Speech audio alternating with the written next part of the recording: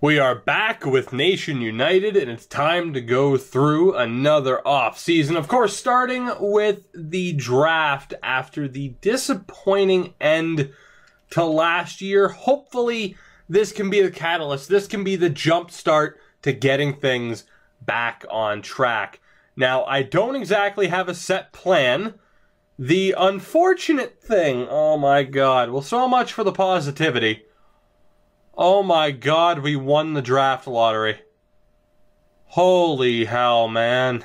Oh my god. Are you serious? Wow. Alright. Well, this is going to be one hell of a season that, more than any other, I look back on and think, wow, things could have gone differently. Now, of course, at the beginning of the year, we weren't winning. We were still about a 500 team in the playoff race, but that's because everyone was kind of struggling. We make the Leonard deal. We, made all those deals. Edmonton ends up with the 3rd overall pick with the Boston pick. Our original first round pick is the number 1 overall pick. Oh my god. And then Edmonton has 3 picks inside the top 9 because of that. Wow. Alright. Well, depending on how this draft goes, things could go incredibly well.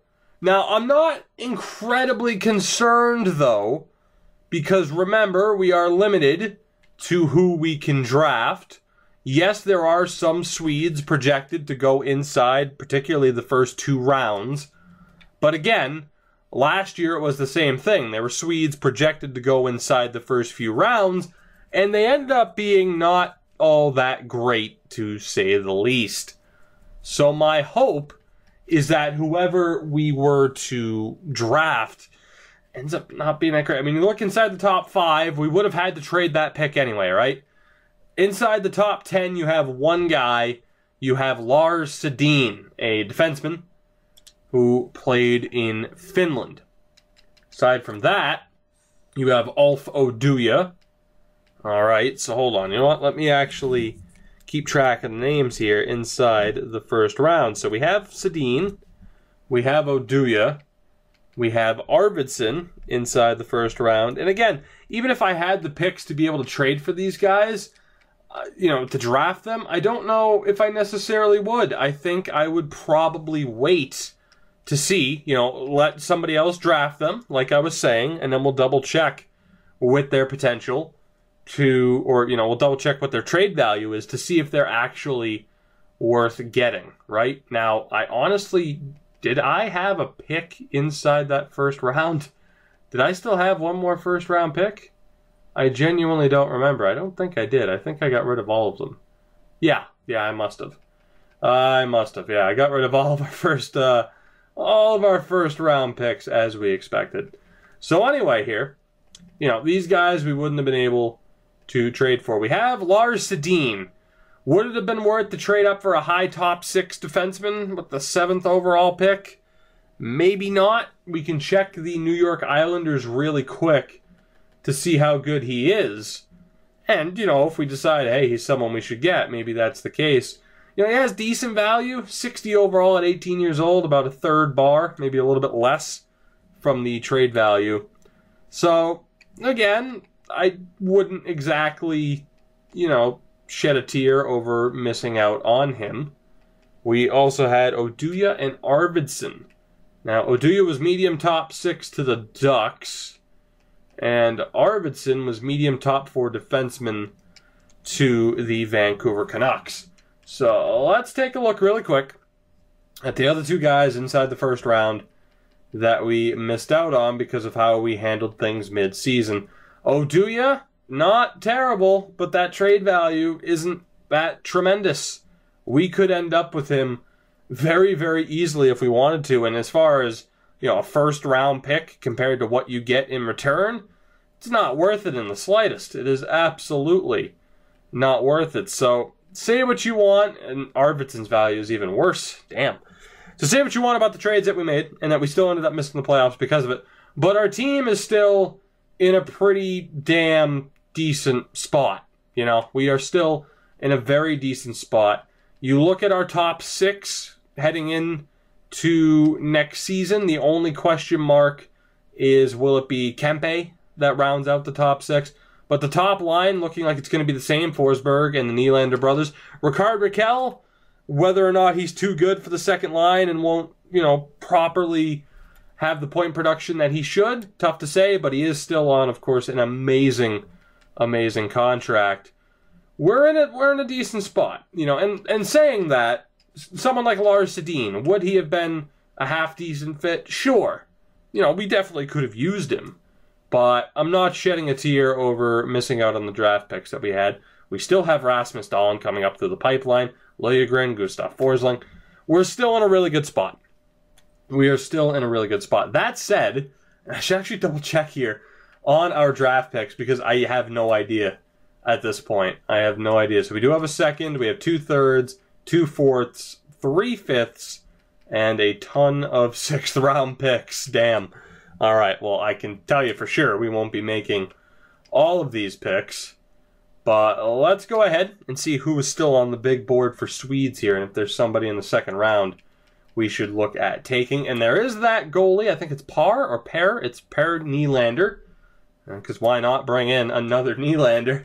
So we'll double check. And there's also a couple other guys. Danielson, Nilstorp. And again, I'll have to quickly write these down just so that I don't forget. So we have Danielson and Nilstorp as another option. Any other Swedes in the second round? Any other Swedes? Rensfeld, who looks like he'd be probably like low bottom 6. Seidenberg, probably the same thing. High bottom 6 potential normally turns into low top 9, I should say. So not looking like the best draft. I might just make the picks that we have. And the players we end up with will probably be traded and be recycled for draft picks in the future. Now, we are going to have to look to trade up. Our second round pick isn't worth a damn thing. So really quickly, I want to move up, and we'll go to the 4th pick. The 4th pick of the second round. Let's go talk to Washington. See if we can get this pick from them. Hopefully we can. And at the very least, we'll look at taking Per Nylander as an option here. So let's just, how about 1/5? Certainly won't be enough to do it, but we can keep trying. We'll try to give up as many 5th round picks as we can to make this happen. Washington, please, you want to trade the pick. You, for some reason, want the pick that we have. So let's make a deal here, shall we? Damn it. All right, well, 5th round picks won't be valuable enough. Let's tack on a 4th from the Sens. Will that go through? Yes, it will. Beautiful. So we're able to move up. We get rid of a ton of picks that we would have had to get rid of anyway. I mean, anybody that we take with those lower picks, they weren't going to be that great anyway. So I don't feel too bad about it. Let's go with Per Nylander and hope that he is at least a medium starter, and he is. So that's not too bad. It's a pretty decent pick for us. It's a pretty decent pick for us as we get another decent goalie prospect into the system. Let's sim to our next pick. As dangerous as that is, we could end up missing out on some guys. But again, at this point, I'm not too worried. As it is, you look at some of these guys. We know Seidenberg was a Swede. Low top 9, which isn't great. Danielson, in fairness, was medium top 6, but I'm more all right with taking Nylander. We'll actually go take a look, though, at Danielson, who was also drafted to the Islanders, so they're getting their fair share of Swedes, which, I don't blame you. I don't blame you. Great hockey country. Let's see here. Yeah, you look at his value. He's way the hell down here. He is a 75 overall, though, at 19 years old. That's kind of interesting. 75 overall at 19 years old. We might have to make a move here. That's pretty interesting that he's that good that early on. For goaltenders, though, let's get a look. Nylander, roughly the same value as 67 overall at 19 years old. All right. So could we? If you look at who we have, that's in contention for the NHL lineup this year, trading for somebody like Danielson here, it's probably going to end up happening. I'm not going to do it now, but again, we're going to run into the problem of needing to trade players away because we have that logjam worth of players. So we're still in a decent spot, and we could revisit picking up some of these prospects later on. Now, unfortunately, there isn't a Swede projected until the 4th round, so we are going to trade down. We will trade down. I hit the wrong button there. Let's go to Boston and talk about getting that pick, and then from there we'll probably trade down even further. But let's go ahead and trade down this pick. I'm assuming it was the Edmonton pick, and actually, if we have 2 third-round picks, we'll get both of them. We'll send them to Boston. Can we get their 2nd-round pick next year in this deal? Will that go through because they want to trade the picks?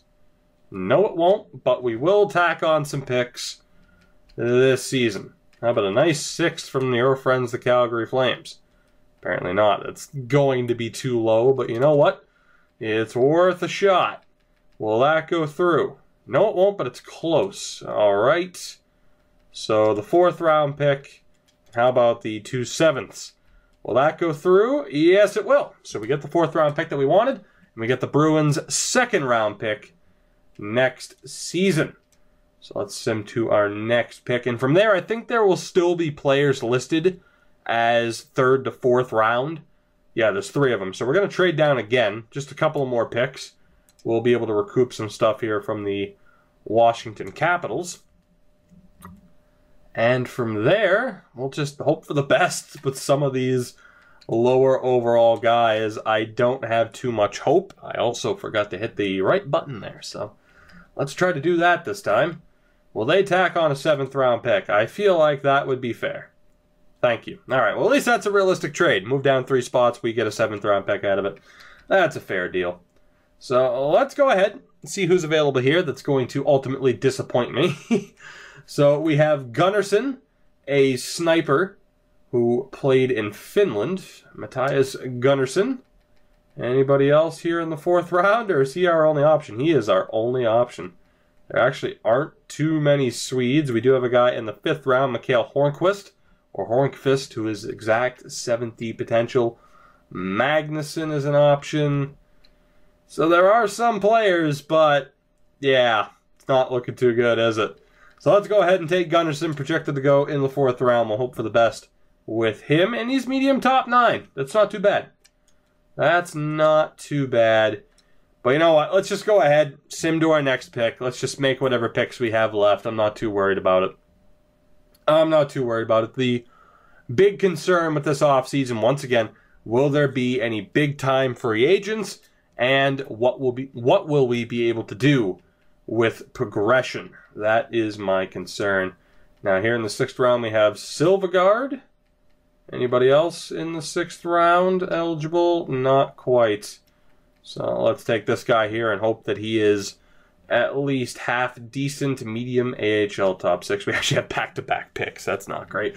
But I'm not going to concern myself about trading down just to get like, oh, here's 2 7s for next year. Who gives a damn?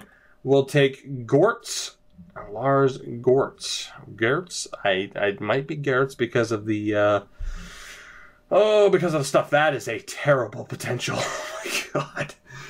Oh boy. Oh boy. And people wonder why I don't like to draft that much.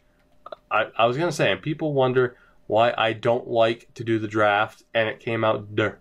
So, yeah, that's interesting. That's interesting.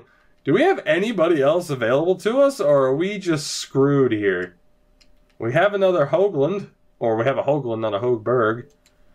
I mean, we might have to. Let's see. Who do we have scouted out here? High AHL starter as a goalie. Sure, Bjorkstrand. Let's take you, let's pick you. Low backup. That's honestly not too bad for a 6th round pick. My God, we still have more picks. Whatever, we'll take them. We'll take them. We'll just sort by the potentials. And it's funny, we actually have a Canadian as knowing his value. Go figure. Go figure. We'll take Magnus Hoagland as well. Another goalie prospect. Low AHL starter. Well, he'll never Never see any playing time. My God, I thought I traded away most of these sixths. This is brutal. Most of these sixths. Josefson, sure. Let's draft you. You're terrible as well. Do I really have the next pick again, too? This is brutal, and all I'm going to do is end up trading these guys for sevenths down the line. We might not actually have anybody left eligible. We have one guy, Blomstrand. Cool. Is that our last pick, please? Oh my God, these players are terrible. These players are terrible. We do have to trade down, and we'll have to swap 7th round picks for next year. This draft has been relatively terrible for us, but I'm not sweating it too much. It's okay. It's okay. We'll be fine. We will gladly take your 7th round pick next year. Actually, because they want to trade it, we might be able to get their 6th next year. Will that go through? No, it won't. You know what? It was worth a shot. It was worth a shot. We will swap 7th round picks. Thank you very much. And we will end this draft. We'll take a look at the players that we drafted, and then that'll do it for this episode. Again, the major concern for me always was going to be what can we do in the upcoming off season. I never expected this episode to be, overly eventful. I mentioned it at the start. The first 2 drafts were the really big time drafts, having to worry about getting Liljegren, and then in year 2, Rasmus Dahlin. That's where we did our damage. Right now we are, still, as I mentioned, in a very decent spot. But for unsigned players here, Dahlin's still not signed. Gunnarsson's a 68 at 18 years old. And then these guys are just never going to see any time at all. I'm going to just flip them for picks. That is what is going to happen here. But we also drafted 2 goalies, or 3 goalies, actually.